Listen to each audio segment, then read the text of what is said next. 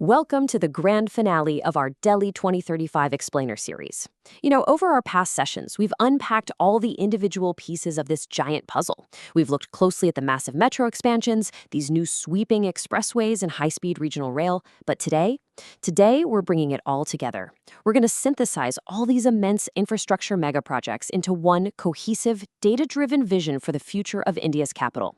Because as we've seen, cities aren't transformed by just a single, isolated project. No, the real magic happens when dozens of these major projects finally begin working together.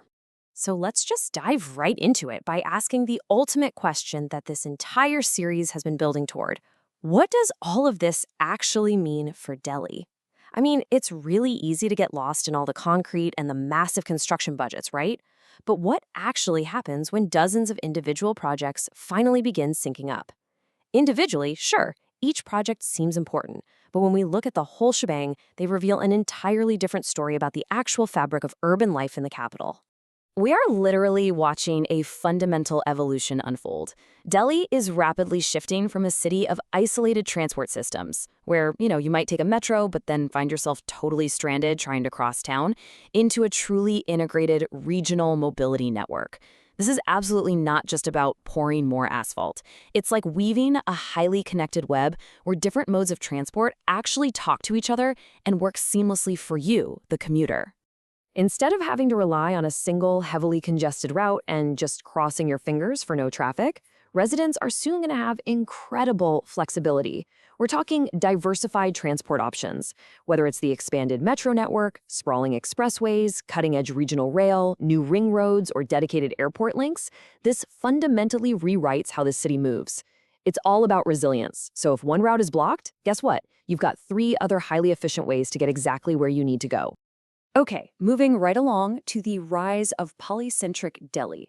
Now, let's look at how this new mobility network is building an entirely new economic geography for the capital. And honestly, this is easily one of the most fascinating structural shifts happening in the world today. For decades, Connaught Place was the undisputed commercial core of the city. If you were doing major business, you braved the traffic to the center.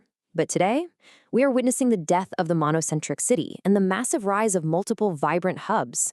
That old model of everyone rushing to the center at 9 a.m. and rushing out at 5 p.m., yeah, that's officially becoming a thing of the past. The really crucial takeaway here is that employment and economic activity are spreading like wildfire across emerging districts, from Aerocity and Dwarka in the west to Okla and Jasola, and right on out to Gurugram, Noida, and Greater Noida. These areas, they aren't just sleeper suburbs anymore. They're becoming primary economic engines in their own right, soaking up jobs, retail, and massive investments. To really wrap our heads around this, we need to understand what a polycentric metropolitan region actually is. Basically, it's a structure where jobs, housing, and services are distributed across several major centers, rather than being squished into one single core. And this shift is only made possible because all that new infrastructure we've been tracking is finally connecting these distributed areas.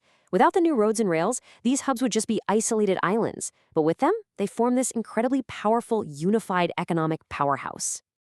Next up, let's dive into the new airport economy.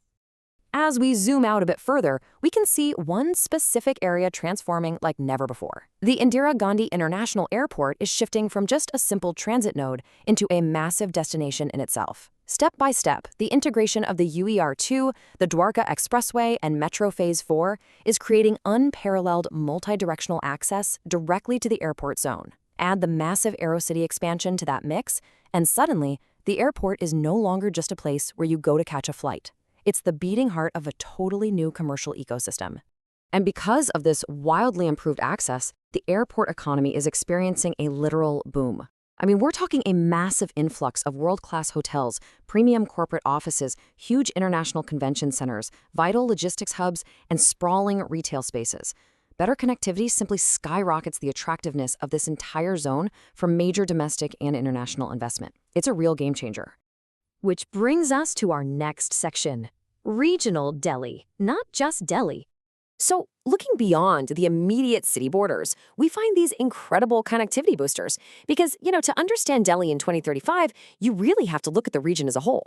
Mega projects like the NaMo Bharat Regional Rapid Transit, vast metro extensions that literally cross state lines, and upgraded expressways, they make commuting across the entire national capital region highly practical. This seamlessly integrates a much broader labor market, allowing businesses and workers to connect across neighboring cities with speed and ease we've just never seen before. Moving on, let's talk about the big question on everyone's mind. What happens to real estate? Right. So, with all this concrete and steel going up, it's totally natural to wonder about housing. Everyone wants to know how this impacts property values. But we need to remember this crucial objective rule. Infrastructure influences property markets, but it does not guarantee higher prices. It's actually a super common misconception that, say, a new metro station popping up guarantees an immediate real estate boom. While new transport undeniably makes areas more attractive for development by improving access, it is absolutely not a magic wand for real estate prices. The actual outcomes in the real estate market are a bit like a massive tug of war. On one hand, yes, transport accessibility and employment growth are absolutely driving up demand, but on the flip side, things like strict zoning laws, land availability, the sheer volume of housing supply, and prevailing financing conditions all act as heavy constraints. So the real estate reality of 2035, it's going to be a delicate balancing act of all these complex factors combined, not just a simple matter of new transit stations. Let's transition to grounding the vision and looking at the challenges ahead. To keep our perspective totally grounded in this explainer, we really have to acknowledge the massive hurdles.